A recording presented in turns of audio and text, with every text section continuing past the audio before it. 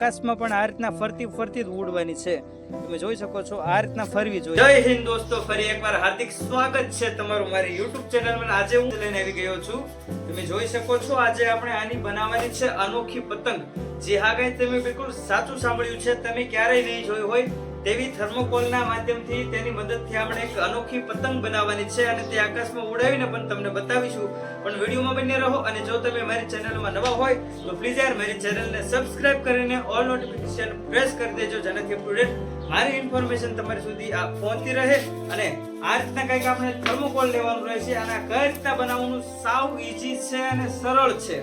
જે હા ગાઈસ, તમે બિલકુલ સાચું સાંભળ્યું છે.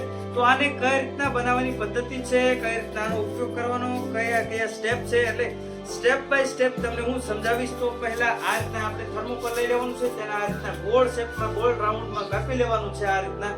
પછી આ ભાગ જે છે તે ફેંકી દેવાનો છે. બીજો એક આ રીતના ચોરસ પહેલા કાપવાનું છે તમારે, લંબચોરસ. પછી તેને આ રીતના તમારે કટ મારી દેવાનું છે, આ રીતના શેપ આપવાનો રહેશે. પછી આમાં હજુ 2-3 પ્રકારની કામગીરી બાકી છે. પછી આને તમારે વચ્ચે આમ સેટ કરી દેવાની, બરોબર. તો આપણે સૌથી પહેલા આને વચ્ચે આપણે સેટ કરી દઈએ. તો આ રીતના આને કંઈક વચ્ચે આપણે સેટ કરવાની રહેશે. આ રીતના તમારે ફિટ કરી દેવાનું. કેમેરામેન આ બાજુ ફોકસ રહેવું જોઈએ. તો આ રીતના આપણે આને કંઈક ફિટ કરી દઈશું.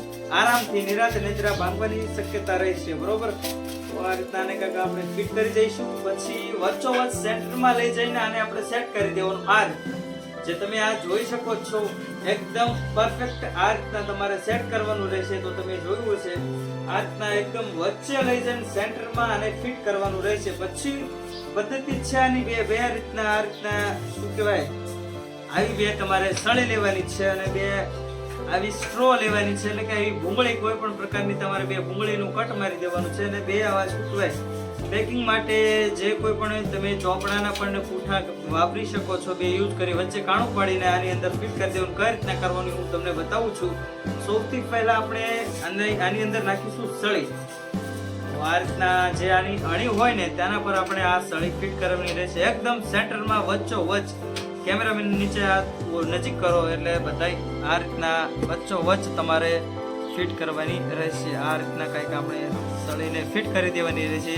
જેમ અંદર નાખશો એમ સારું પડશે, બરોબર. એટલે તમારું શું કહે સ્ટ્રોંગ બને, ભાંગે નહીં, એ રીતના બનશે. પછી એ પ્રમાણે આ બાજુમાં પણ આપણે સળી ફિટ કરી દઈએ. બહુ ભાંગી ન જાય તેવી સળી લેવાની, બરોબર. સહેજ મજબૂત લેવાની. આ સહેજ નરમ છે, વળી ગઈ હોય એવું મને લાગે છે.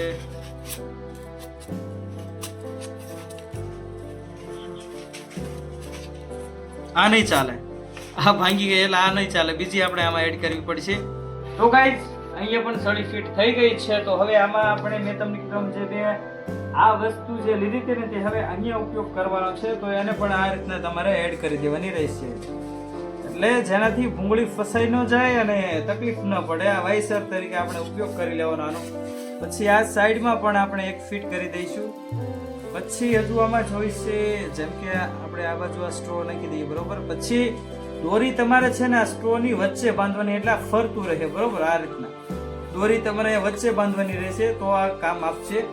અને હજુ આમાં એક સેલો ટેપ મારી દેવાની. આ ભૂંગળી પડી જાય છે પણ ભૂંગળીની ઉપર આપણે સેલો ટેપ મારી દેવાની રહેશે. જો અહીંયા સહેજ જાડી લાકડી છે પણ ચાલી જશે, કામ ચાલી જશે. જો આ રીતે અને એવું લાગે તો થોડીક આપણે સ્ટ્રોને કટ મારી દઈએ.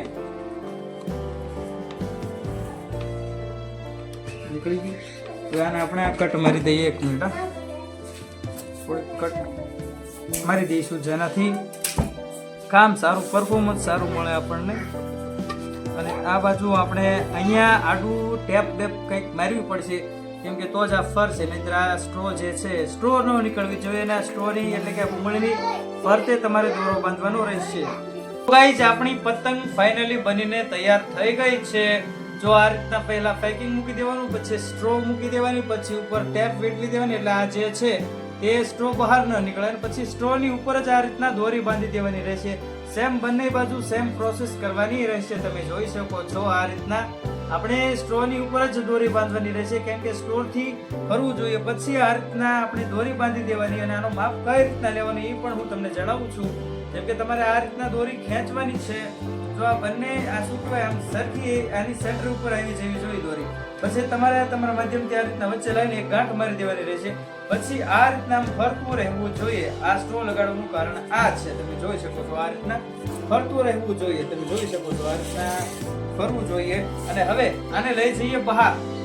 ગાઈઝ આ રીતના ફરવી જોઈએ ચકડી, તમે જોઈ શકો છો. આની જેમ ફરવી જોઈએ અને આકાશમાં પણ આ રીતના ફરતી ફરતી જ ઉડવાની છે, તમે જોઈ શકો છો. આ રીતના ફરવી જોઈએ, બરોબર. ચકડી આ રીતના ફરવી જોઈએ, તમે જોઈ શકો છો. તો ગાઈઝ અમે આવી ગયા છીએ વાડીમાં, પણ અહીંયા પવન થોડોક ઓછો પડે છે એના લીધે. અને બીજું જે છે કે તમારે આ ફૂટું તમે જે યુઝ કરો ને તે પાતળું યુઝ કરવાનું છે. એટલે શું કહેવાય, આમ પાતળી એની લેર હોવું જોઈએ. આ બહુ જાડું છે અને આના વજન પણ વધારે છે. એટલે અમે પવન માટે એક ડુંગર ઉપર જવાના છીએ, તો ત્યાં જઈને આ શૂટ કરીશું. અને અત્યારે હાલ તો અહીંયા પવન ઓછો છે, તો ગાઈઝ અત્યારે તો આ તમને ટેસ્ટ નહીં કરી બતાવું, તેમ છતાં આપણે ટ્રાય તો મારીએ છીએ. જો પવન લાગી જાય અને ઉપડી જાય તો મેળ આવી જાય.